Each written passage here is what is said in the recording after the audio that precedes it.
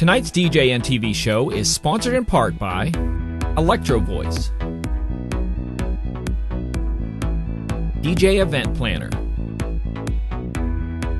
ADJ, NLFX Professional, Promo Only, and DJNTV Insiders. And welcome, my good vibe DJ tribe. Today we are talking to Kloves, based out of Calgary, Alberta. She is a producer, DJ, runs workshops with Beat Drop, the co-founder of Obscure Music, and recently came back from Picnic Electronic. Kloves, thank you so much for joining us today. Hey, how's it going? Awesome. So let's talk about your early beginnings up until where you are today. Can you tell us a little bit about your journey? Yeah, so essentially my family's been very musical, and well, my grandpa anyway. That's kind of where I started with music. Yeah, so my grandpa was a drummer, and so I sort of picked it up from him. He taught me how to play. From then on, I kind of learned how to play guitar. I taught myself, and I was really interested in learning how to record myself.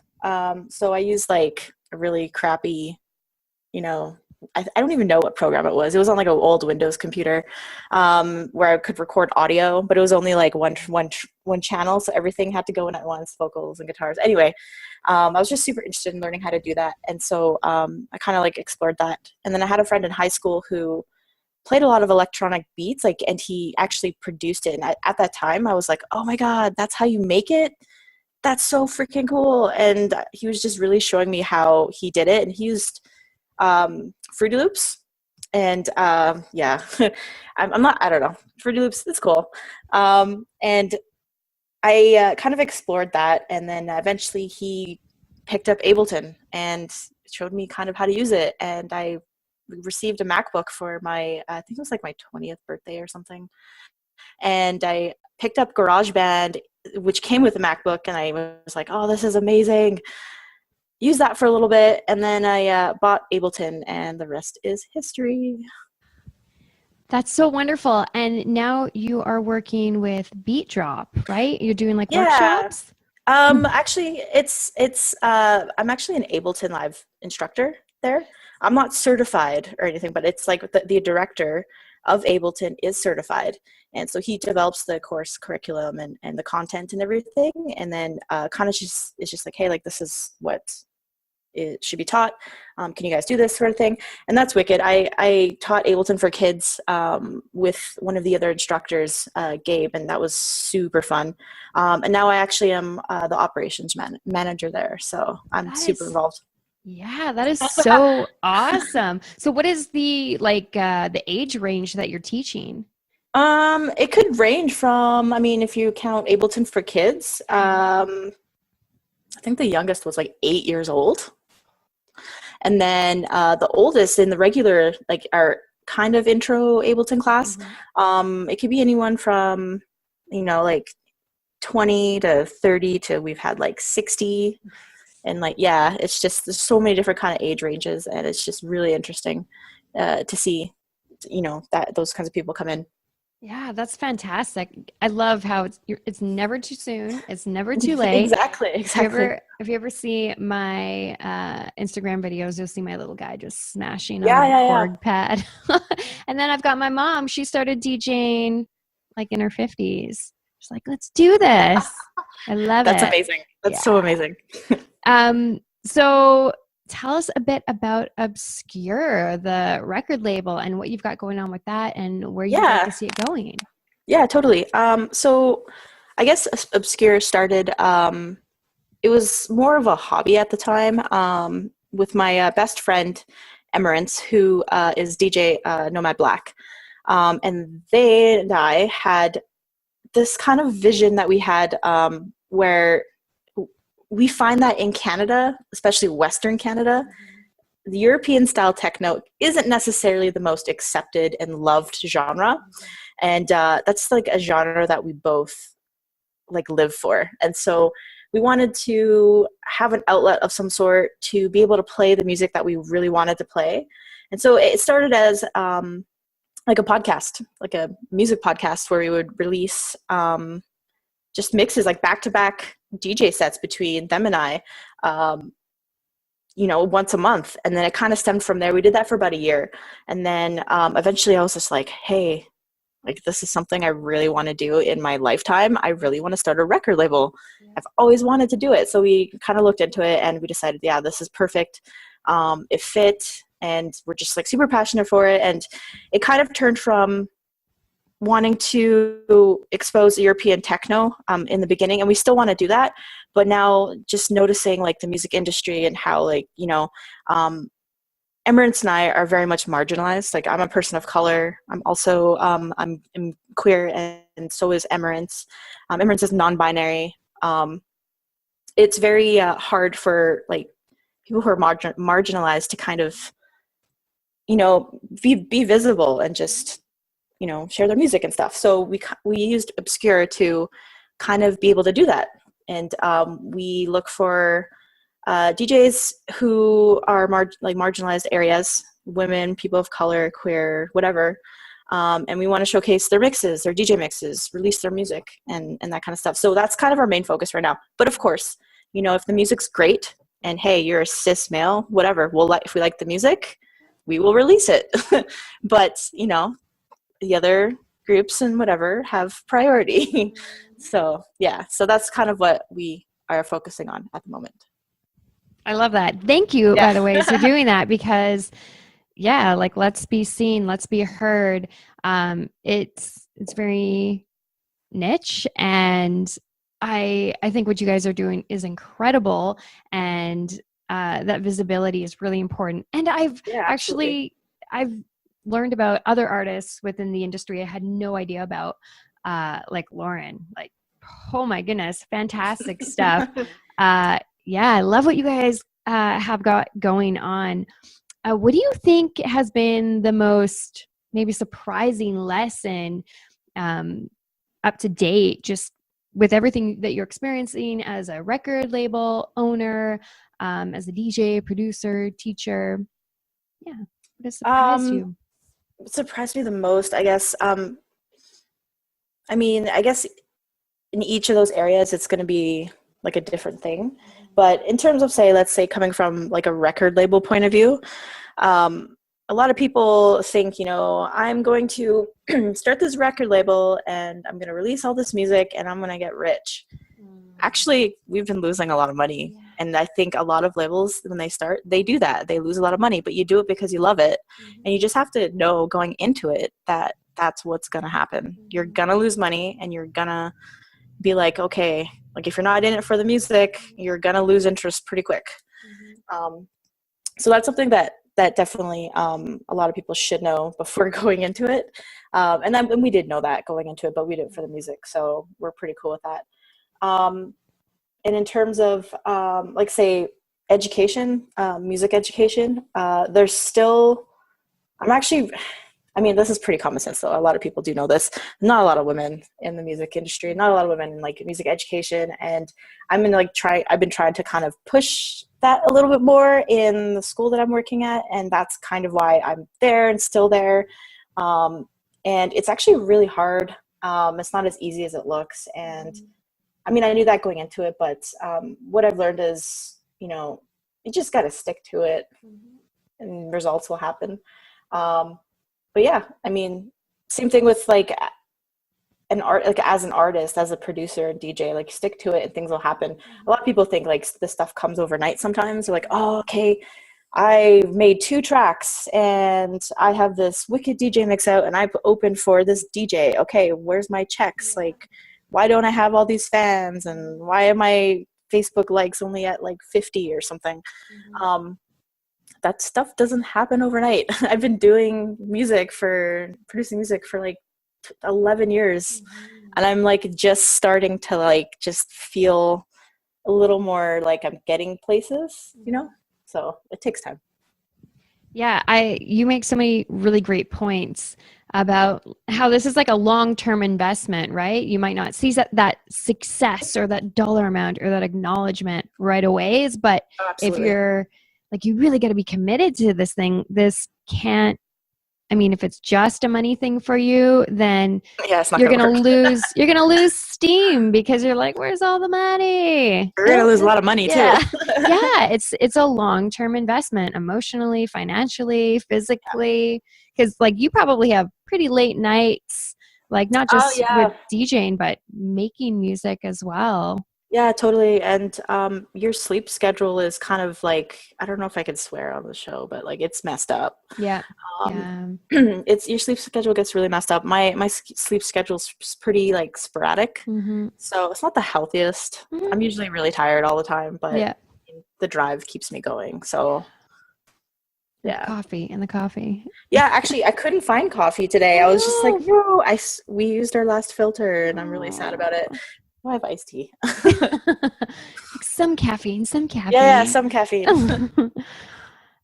What do you think has been the coolest thing that, I mean, there's probably lots of different cool things that have happened from running your own business, but what maybe just stands out in your mind from all this hard work? Like, what's one of the coolest things you've learned or experienced through it?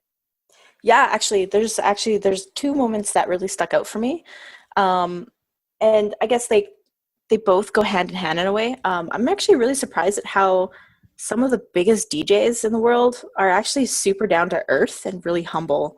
Like when I met Richie Hodden, he was so chill. Like he's so super chill.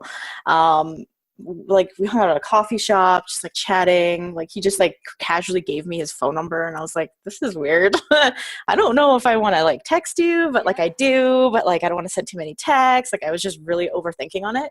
But yeah, I know it's super chill, and I through like Richie, I got to meet Marcel Detman, and who was the headliner of the night that I played at Picnic, and I was like there side stage and whatever. And after his set, he came out, and I was actually really surprised. I was for sure thinking he was not going to remember me, but he saw me. He's like, "Hey, how are you?" And he like kissed my cheek, and I was just like, "Wow, you remember me, and you know who I am." And I just like, it's just surprising because you see all these people, throughout the years, and they're super humble, and it's just like, hey, you're like the next person that the person next to me. You're super chill and average, and it's just, I don't know. I guess like a starstruck moment. I don't know, but yeah, that was Yeah, pretty cool. that is super cool. And it's nice. It's refreshing to see that. I think that is going on a lot more than we realize because maybe like within our own little local scene, people aren't really, haven't made it, but there's a lot of ego behind there. Oh yeah. And then you go out and you start playing and you're working with bigger names and they're super down to earth. And it kind of makes you think like maybe that's the winning attitude of just being chill and open. Well, yeah, there's a lesson in that too, Yeah. like if you're gonna be like a big a-hole, Yeah. it's gonna come back and bite you, Mhm. People So remember that. yep, they do. Yeah. Oh, and I was going to ask you, you mentioned Richie Houghton. You were like one of the top, like one of the 10 people that Oh got yeah, to do yeah, his masterclass. Can you tell me, like, did that have, any big influence on your production or like, tell me about that. yeah, actually. So it was interesting. I kind of I feel really sort of kind of bad about this, but not at the same time. I just applied to it on a whim, being like, hey, like why not? What Yep. could happen? Nothing, right? That's the worst that could happen. You're not losing anything. And it turned out I was like chosen. I was the only woman there, and it was pretty freaking sweet. And there was a lot of really great musicians and artists that were also chosen, who I actually like really respect. And it was a super, super fun master and like residence program, and we just got to chill in the studio with Richie Hodden and talk about things and ask him a bunch of questions, and he was talking to us about his experiences and just giving us like life lessons and whatnot. And he also listened to some of our tracks. We got to submit a track, and he was listening to it and gave us feedback. Yeah, so that was really intimidating. And he loved my track, and I was actually really, really happy about that, because he was just like, I can hear this playing at Berkheim at 5 a.m. And I was like, holy shit. Yeah, no That's amazing. kidding. Yeah, it was awesome. But yeah, no, I learned a lot, just like with the styles of music, and just, you know, feedback he would offer to certain people's tracks, being like, yeah, like you should add this to this, or like take this out during this part, and then like it'll be, you know, this much more impacted, and so on forth. And it was just really interesting how just listening it, you know, to it come from someone who is a legend. Yeah. Oh my gosh, that's so incredible. I'm so glad that you have had all of these experiences, because obviously you're learning a lot from it. And Oh yeah. I mean, when people talk about you, especially in my city, didn't they even know that love you. Yeah. Oh yeah. People love you. They're like, oh, Kloves, she's coming back to Winnipeg. She had an amazing live set last summer here. Yeah. I definitely like hear the chitter chatter. And of course, like, a set always talks about how hardworking you are, and if there's anybody to talk to about, you know, working hard in this industry, it's you. So that the set too, yeah, a set as well. Yeah. So I Thank you. really appreciate you sitting down and talking to us, because there's a lot of DJs in this industry that maybe don't realize how much work is behind the scenes, or that it's not an overnight thing, because a lot of times when we see overnight success, it was 10 years in the making, right? Yeah. So is there any ending advice that you would give to somebody that's maybe in that mindset right now and they're really struggling? Yeah, totally. So first thing is, don't give up. That's like number one mistake people do, is they just they try to work on a couple tracks or something, and they just become discouraged, and then they just like leave it, and then they don't ever revisit it, and they kind of just forget that, you know, they can make music. And you just got to keep going, take breaks, you know, don't burn yourself out as well. I've made the mistake of doing that, and it literally leaves you months where you cannot make music. You can't even look at a computer or whatever. And it's just, yeah, that doesn't hurt anyone but yourself, to be honest. Just that's the number one thing, is just keep working, work hard. When I was, and this is a story, like I'll just tell you real quick. It's not even a story, it's just a thing. When in high school, when I was learning how to make music, and even through my college years, just learning how to make music, all my friends and people who I've met in the music scene and whatever, they go out every weekend. They go out, they drink, they do whatever, they party. And I never really went out as often. And that was because I was in my studio making music and perfecting my craft. So that's something that I is really important to me, is to prioritize what means the most to you. Mm-hmm. I mean, I would rather have a track finished the next day instead of a hangover, you know? So that kind of stuff, you just got to keep that in mind. Yeah, just work hard and you'll get places. Like, don't give up. Oh, I love, you mentioned two things that, like, especially for DJs like myself who are parents or have other responsibilities, like that self-care is so important. And if you burn yourself out, like you can screw yourself over for a few months. Especially when you have the momentum. Like if you have momentum building with your music, you have to be careful with your time.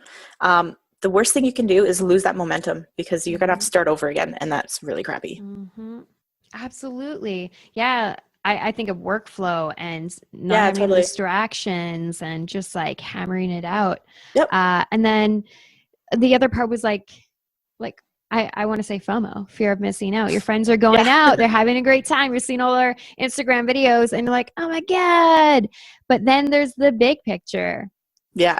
Picnic Electronic. Like I was FOMOing so hard watching that, but that was you spending time on your craft instead of like going out all the time. So that's that big reward at the end of the day. And yes, I think absolutely. you're such an inspiration and motivator, especially for somebody like me behind the scenes that I'm like, yes, that is so fantastic. If anybody wants to get in touch with you, maybe they want to send you some music or, you know, just check out your music and get some advice. How can they find you? Yeah, totally. So you could First and foremost, I guess the most popular thing is Facebook. So just search Kloves with a K, Kloves. I'm sure there'll be links and stuff that floating around. But yeah, Facebook, I usually answer and read all of my messages. Same thing with Instagram, Kloves_music. I also check my messages there as well. And email klovesmusicyyc@gmail.com. And this is just for my personal stuff. If you're someone who's like in a marginalized group, or even if you just have some European techno you think like my label would like, or you want to showcase a DJ mix or something, shoot us a message at contact, so like CONTACT, at obscuremusic.co. So obscure, OBSKUR music.co. Awesome. Thank you again so much for sitting down and talking to us. For the rest of the Good Vibe DJ tribe that is tuned in today, if there are any artists, label owners, music producers, DJs that you want to hear me talk to, make sure you hit me up, beats@kilmamusic.com, or you can tag me on Facebook, Instagram, and Twitter at KilmaMusic. And I think that's it for the rest of our interview today. So until next time, don't let no one kill your vibe.